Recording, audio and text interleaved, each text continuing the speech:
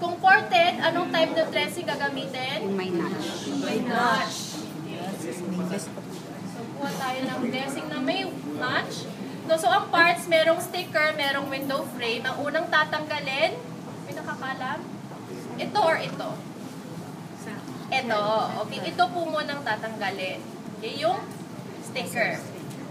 Remove it. Yung iba po ay natatakot, ay stretch nila kasi feeling nila manipis, no? Relax lang.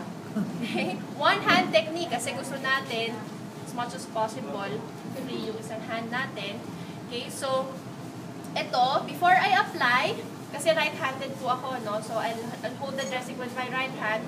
Sabihin ko sa kanya, close hand, okay? Then support with my left hand. Stretch ko lang to ng konti. So bakit? Kasi pag naka-relax siya, nilagay ko yung dressing, pag i-close yung hand niya, pipiglas yung tegader natin. So what I'll do is just stretch it a bit. Patong ko lang siyang ganyan.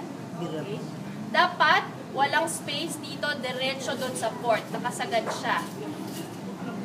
Okay? Then, saan magsa-start yung pressure? Center. Center out. Center. Yan. So, center out. So, yeah.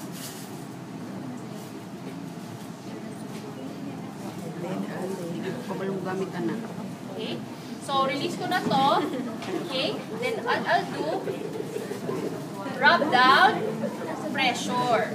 Okay? Then, ito, diretso bang tatanggalin? Hindi.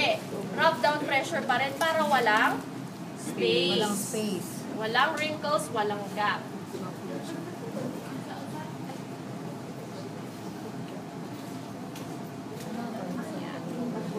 Tatapon? Wag. May gamit pa yan.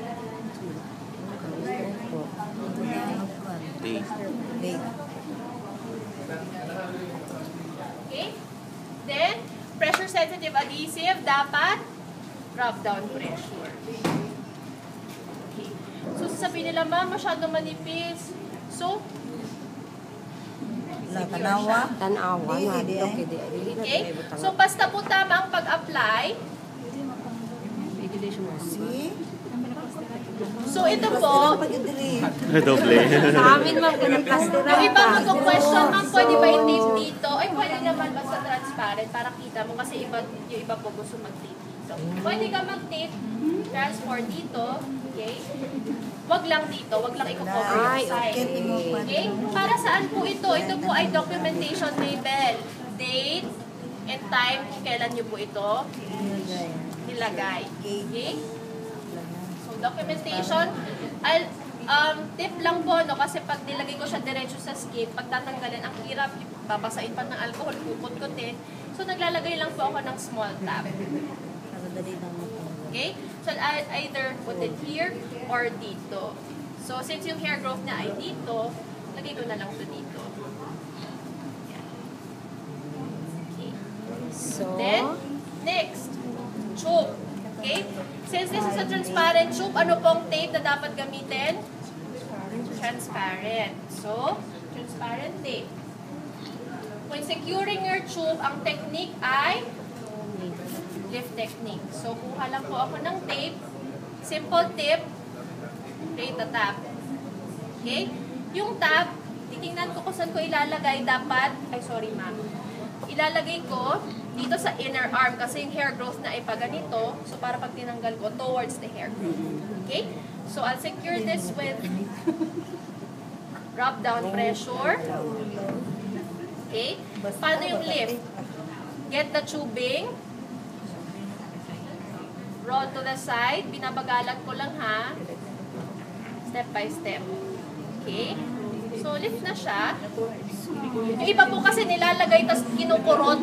No? Tapos kurot. Ito mas madali. So, ayan. Lift siya. Pag gumagalaw yung tubing, hindi siya natatanggal agad. Right? And then, wala pong friction. Okay? You would notice walang friction between the skin and the tubing. Tapos pag tinanggal nyo po, sometimes yung pag tinanggal nyo siya, nakapakat yung buong tube kasi nakapress. Okay? So, ito po, hindi siya nakapress. Okay? So, sterile technique, securement, and then lift technique.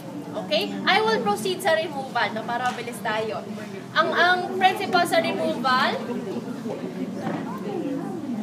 ang principle po sa removal is last to apply, first to remove. Okay? So, ano una kong tatanggalin? Yung sa tubing. Okay. Towards the hair growth.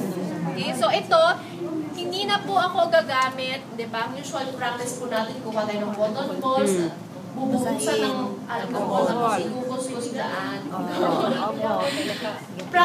Gawin ko rin po kasi yun eh, no? Guilty din ako. Nung hindi pa ako nag-taping with your, ganun din ako.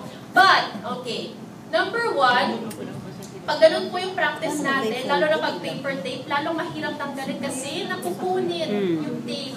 Number two is that, napansin nyo, pag nagtanggal tayo ng tape, may mga dikit-dikit, adhesive residue. Alcohol increases the adhesive residue sa skin. Bakit? Kasi, tina-transfer niya lalo yung alcohol, yung adhesive sa skin mo. Okay? So, no. Number three, it's an added cost to the hospital.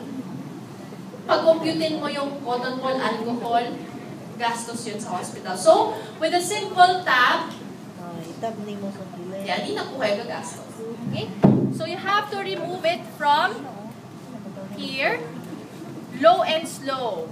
Mababa. Ay, thank you, ma'am. Okay, low and slow, okay, towards the hair growth para hindi po siya masaktan. Pagdating sa tube, snap. Okay. Release. And then, low and slow. Hindi siya masasaktan. Okay, paano naman ito? Okay, so I'll start here. Ang pag-secure sa catheter, hindi po dito, sa wing lang. Okay, with your thumb. Okay, remove this. Okay, towards the hair growth. Ma'am, paano po ito? Hirap tanggalin, hindi naman pwede mag-tab. Okay, recycle. Gamitin ko to. Place ko dito. Kasi para pag ganito yung tanggal ko dahil towards the hair growth. Okay? Pag sinama ko siya, kasama na yung magic. Okay. So, low and slow. Low and slow is another technique. Yan. Release ko lang yung isang wing. And then, pwede diretso. Or meron pa pong isang technique. Ang tawag po doon ay stretch and release. So, stretch ko lang siya ganyan. So, iba pong nurses gusto ito kasi mabilis. Stretch and release. Or pwedeng low and slow. Ayun. So, hindi po